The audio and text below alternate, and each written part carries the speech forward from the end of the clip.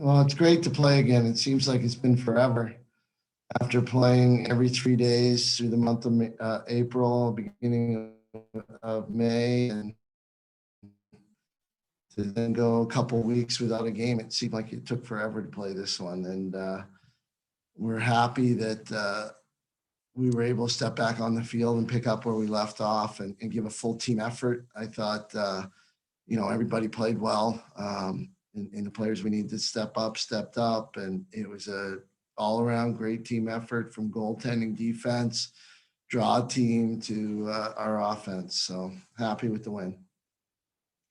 Thank you, Coach. We'll open it up to questions. I ask that you use the raise your hand function. And then once you finish your question, if you can lower your hand, we'll move on. We'll try to take a few extra questions today. We're going to start with Alyssa.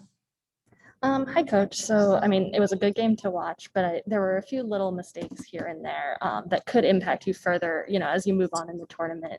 Can you kind of just say, like, where you toe the line with your players taking chances and playing aggressively with, playing smart and avoiding turnovers? We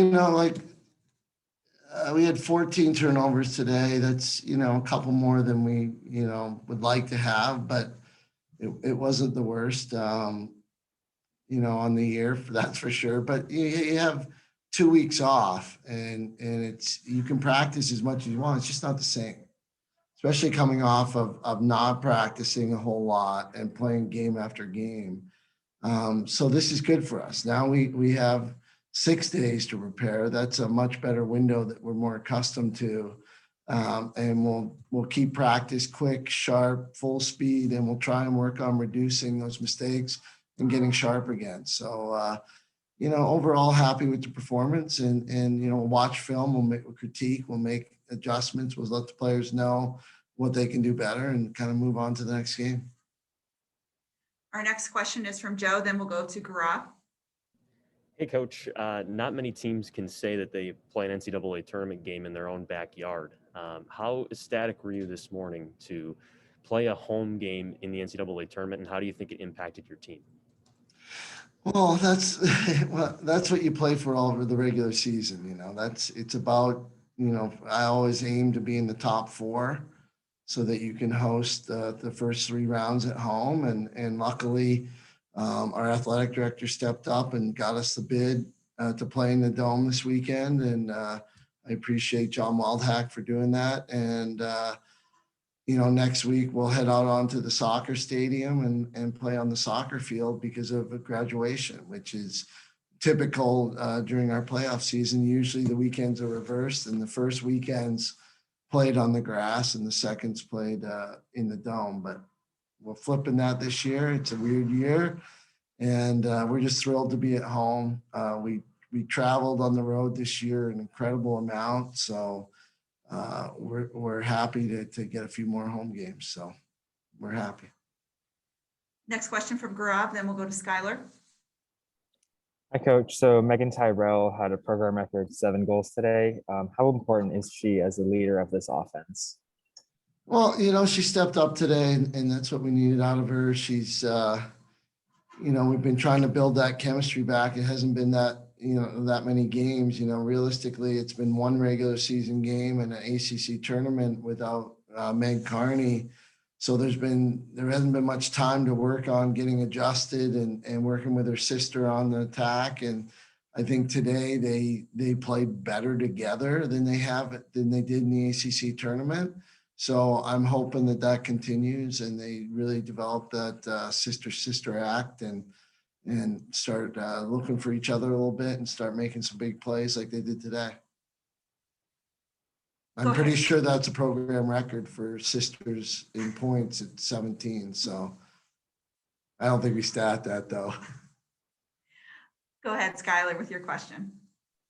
Hey, Coach. So Loyola came into this game with the number 4 ranked scoring defense in the nation. How did you prepare your offense to face them?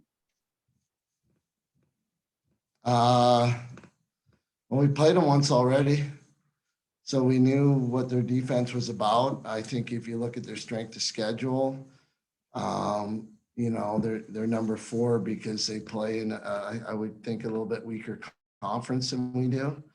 So I think we just took it as another game against an opponent we've already played once, and we focused on our, execution and getting it done. And, hopefully we can build off this and then get a victory next weekend so that we can go to the Final Four and give ourselves a chance to play for a championship. That's what we're focused on, even though I know you don't think we will get there, or win it, but we're going to give ourselves a shot.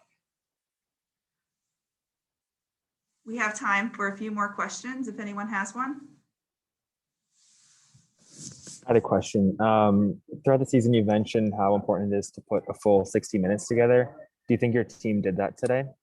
I didn't think we put a full 60, but I think we had a couple walls in there where we let them get on 2-3 goal runs in there. But I thought it was a good 2/3 of a game that we put together. And, we just, got to keep playing, got to stay focused and be ready for the next opponent. And, our goal is always to play 60. And most teams, it's difficult to put a full 60 together, but the more minutes you get of playing good lacrosse, the better chance you have of winning. Skylar, did you have another question? Yeah, so you're playing Florida in the quarterfinals. How are you going to prepare for them? Like, what's the mindset? Any change of play? You haven't faced them before. Well, we face them.